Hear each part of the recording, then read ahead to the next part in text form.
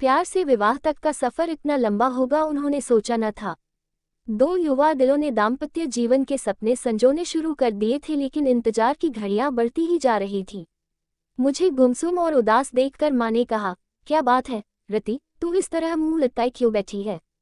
कई दिन से मनोज का भी कोई फोन नहीं आया। दोनों ने आपस में झगड़ा कर लिया क्या? नहीं माँ, रोज रोज क्या बात करें।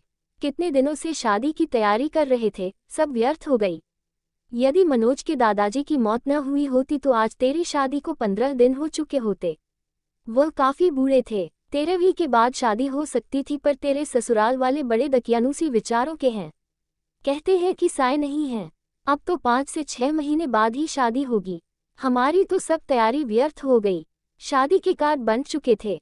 फंक्शन हॉल को, कैटरर्स को, सजावट करने वालों को और भी कई लोगों को एडवांस पेमेंट कर चुके थे। 6 महीने शादी सरकाने से अच्छा खासा नुकसान हो गया है। इसी बात से तो मनोज बहुत डिस्टर्ब है माँ, पर कुछ कह नहीं पाता। बेटा, हम भी कभी तुम्हारी उम्र के थे। तुम दोनों के एहसास को समझ सकते हैं, पर हम चाहकर भी कुछ नहीं कर सकते। मैंने तो तेरी सास से कहा भी था कि साय नहीं है तो क्या हुआ, अच्छे काम के लिए सब दिन शुभ होते हैं, अब हमें शादी कर देनी चाहिए। मेरा इतना कहना था कि वह तो भड़क गई और कहने लगी, आपके लिए सब दिन शुभ होते होंगे, पर हम तो सायों में भरोसा करते हैं। हमारा इकलौता बेटा है, हम अपनी तरफ से पुरानी मान्यताओं को अनदेखा कर मन में कोई वहम पैदा नहीं करना चाहते। रति सोचने लगी कि मम्मी इससे ज्यादा क्या कर सकती है और मैं भी क्या करूं। मम्मी को कैसे बताऊं कि मनोज क्या चाहता है। नर्सरी से इंटर तक हम दोनों साथ साथ पढ़े थे, किंतु दोस्ती इंटर में आने के बाद ही हुई थी। इंटर के बाद मनोज इंजीनियरिंग करने चला गया और मैंने भी एससी में दाखिला ले लिया था। कॉलेज अलग होने पर भी हम दोनों छुट्टियों में कुछ समय साथ बिताते थे। बीच में फोन पर बातचीत भी कर लेते थे। कंप्यूटर पर चैट हो जाती थी। एमएससी में आते ही मम्मी पापा ने शादी के लिए लड़का तलाशने की शुरुआत कर दी। मैंने कहा भी कि मम्मी एमएससी के बाद शादी करना, पर उनका कहना था कि तुम अपनी पढ़ाई जारी रखो, शादी कौन सी अभी हुई जा रही है, अच्छा लड़का मिलने में भी समय लगता है। शादी की चर्चा शुरू होते ही मनोज की छवि मेरी आंखों में तैर गई थी। यूं हम दोनों एक अच्छे मित्र थे, पर तब तक शादी करने के वादे हम दोनों ने एक दूसरे से नहीं किए थे।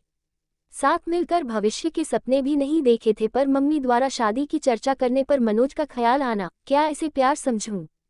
क्या मनोज भी यही चाहता है? कैसे जानूं उसके दिल की बात? मुलाकात में मनोज से मम्मी द्वारा शादी की पेशकश के बारे में बताया तो वह बोला, इतनी जल्दी शादी कर लोगी? अभी तो तुम्हें 2 वर्ष एससी करने में ही लगेंगे। फिर कुछ सोचते हुए बोला था, सीधे सीधे बताओ, क्या मुझसे शादी करोगी? पर अभी मुझे सेटल होने में कम से कम 2 से 3 वर्ष लगेंगे। प्रसन्नता की एक लहर तनमन को छू गई थी। सच कहूं मनोज, जब मम्मी ने शादी की बात की तो एकदम से मुझे तुम याद आ गए थे। क्या यही प्यार है?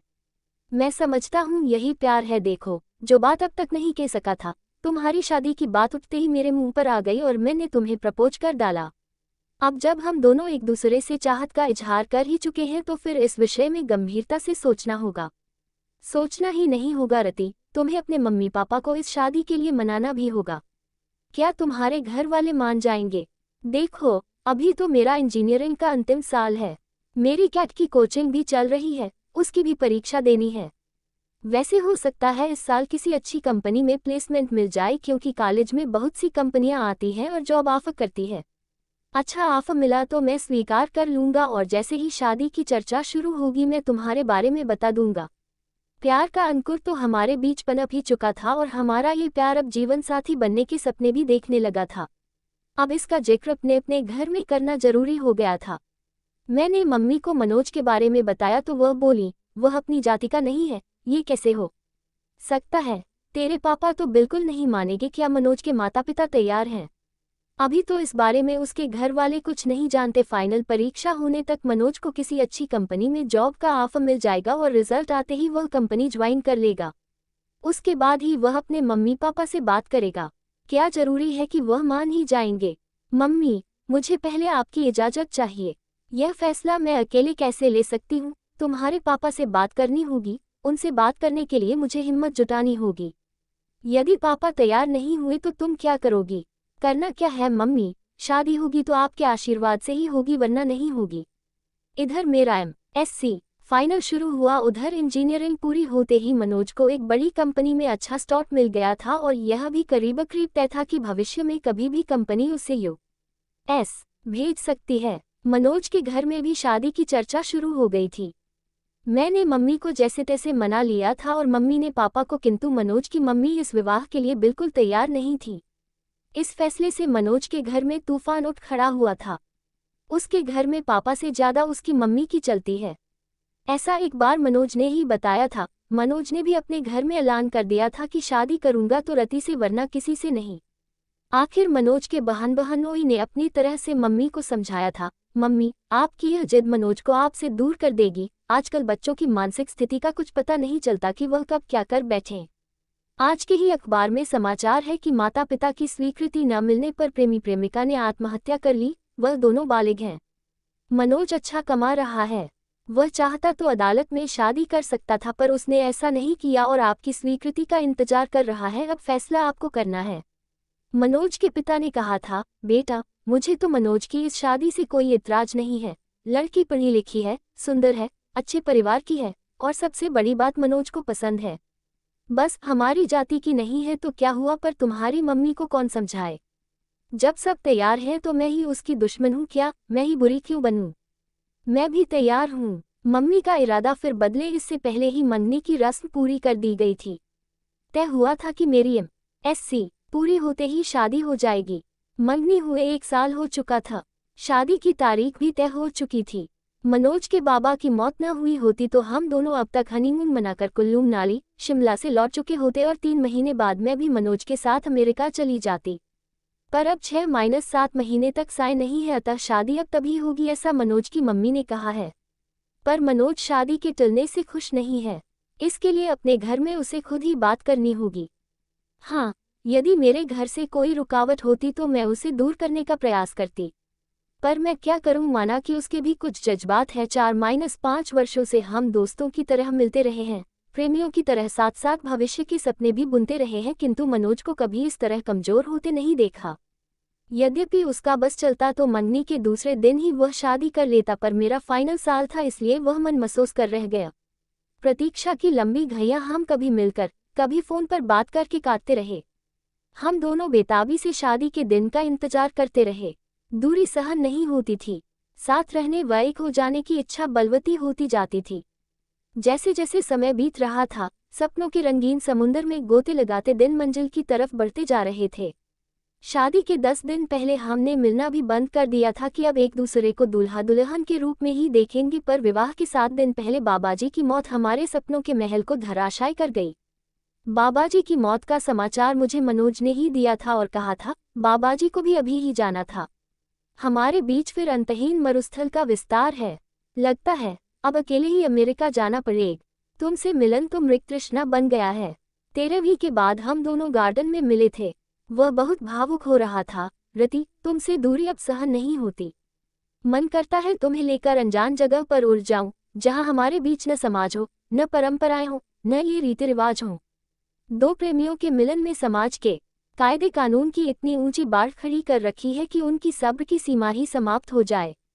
चलो रति, हम कहीं भाग चलें। मैं तुम्हारा निकट सानिध्य चाहता हूँ। इतना बड़ा शहर है, चलो किसी होटल में कुछ घंटे साथ बिताते हैं। जो हाल मनोज का था वही मेरा भी था। एक मन कहता था कि अपनी खींची लक्ष्मण रेखा को अब मिटा दे, किंतु दूसरा मन संस्कारों की पिन चुभो देता कि बिना विवाह ये सब ठीक नहीं। वैसे भी एक बार मनोज की इच्छा पूरी कर दी तो यह चाह फिर बार बार सिर उठाएगी। नहीं, ये ठीक नहीं। क्या ठीक नहीं? रति, क्या तुमको मुझ पर विश्वास नहीं? पति पत्नी तो हमें बनना ही है।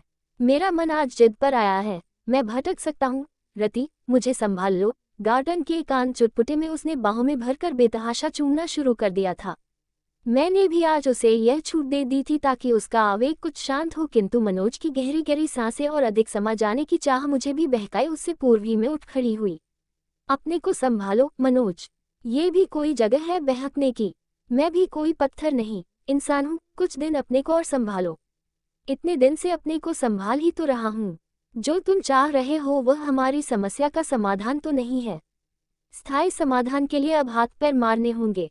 चलो, बहुत जोर से भूख लगी है, एक गर्मागर्म कॉफी के साथ कुछ खिला दो, फिर इस बारे में कुछ मिलकर सोचते हैं। रेस्टोरेंट में बैरे को ऑर्डर देने के बाद मैंने ही बात शुरू की। मनोज, तुम्हें अब एक ही काम करना है, किसी तरह अपने माता पिता को जल्दी शादी के लिए तैयार करना है, जो बहुत मुश्किल नहीं। आखिर वे हमारे शुभचिंतक हैं। तुमने उनसे एक बार भी कहा कि शादी इतने दिन के लिए न टालकर अभी कर दें? नहीं, ये तो नहीं कहा। तो अब कह दो। कुछ पुराना छोड़ने और नए को अपनाने में हरेक को कुछ हिचक होती है। अपनी इंटरकास्ट मैरिज के लिए आखिर वह तैयार हो गए न, तुम देखना बिना सायों की शादी करने को भी वह जरूर मान जाएंगे। मनोज के चेहरे पर खुशी की एक लहर दौड़ गई थी। तुम ठीक कह रही हो रति, ये बात मेरे ध्यान में क्यों नहीं आई? खाने के बाद तुम्हें घर पर छोड़ देता हूँ। कोर्ट मैरिज की डेट भी तो पास आ गई है, उसे भी आगे नहीं बढ़ाने दूंगा। ठीक है, अब मैरिज वाले दिन कोर्ट में ही मिलेंगे। मेरे आज के व्यवहार से डर गई क्या? इस बीच फोन करने की इजाजत तो है या वह भी नहीं है? चलो, फोन करने की इजाजत दे देते हैं। रजिस्ट्रार के ऑफिस में मैरिज की फॉर्मेलिटी पूरी होने के बाद हम दोनों अपने परिवार के साथ बाहर आए तो मनोज के जीजाजी ने कहा, मनोज, अब तुम दोनों की शादी पर कानून की मुहर लग गई है। रति अब तुम्हारी हुई। ए जमाई बाबू, ये इंडिया है, वह तो वीजा के लिए ये सब करना पड़ा है, वरना इसे हम शादी नहीं मानते। हमारे घर की बहू तो रति विवाह संस्कार के बाद ही बनेगी, मेरी मम्मी ने कहा। वह तो मजाक की बात थी मम्मी, अब आप लोग घर चलें। मैं तो इन दोनों से पार्टी लेकर ही आऊंगा। होटल में खाने का ऑर्डर देने के बाद मनोज ने अपने जीजाजी से पूछा, जीजाजी, मम्मी तक हमारी फरियाद अभी पहुंची या नहीं? साले साहब, क्यों चिंता करते हो? हम दोनों हैं न तुम्हारे साथ। अमेरिका आप दोनों साथ ही जाओगे। मैंने अभी बात नहीं की है, मैं आपकी इस कोर्ट मैरिज हो जाने का इंतजार कर रहा था। आगे मम्मी को मनाने की जिम्मेदारी आपकी बहन ने ली है। इससे भी बात नहीं बनी तो फिर मैं कमान संभालूंगा। हाँ भैया, मैं मम्मी को समझाने की पूरी कोशिश करूंगी। उद्धरण, हाँ, तू कोशिश कर ले, न माने तो मेरा नाम लेकर कह देना, आप अब शादी करो या न करो, भैया भाभी को साथ लेकर ही जाएंगे। वाह भैया, आज तुम सचमुच बड़े हो गए हो। आफ्टर ऑल अब मैं एक पत्नी का पति हो गया हूँ। ओके भैया, अब हम लोग चलेंगे। आप लोगों का क्या प्रोग्राम है? कुछ देर घूम घाम कर पहले रति को उसके घर छोड़ूंगा, फिर अपने घर जाऊंगा। मेरे गले में बाहें डालते हुए मनोज ने शरारत से देखा। हाँ रति, अब क्या कहते हो? तुम्हारे संस्कार मुझे पति मानने को तैयार है या नहीं? आंखें नचाते हुए मैं चाहा कि अब तुम 90% मेरे पति हो, यानी 10% की अब भी कमी रह गई है, अभी और इंतजार करना पड़ेगा। उस दिन का मुझे अफसोस है मनोज, पर अब मैं तुम्हारी हूँ। उद्धरण,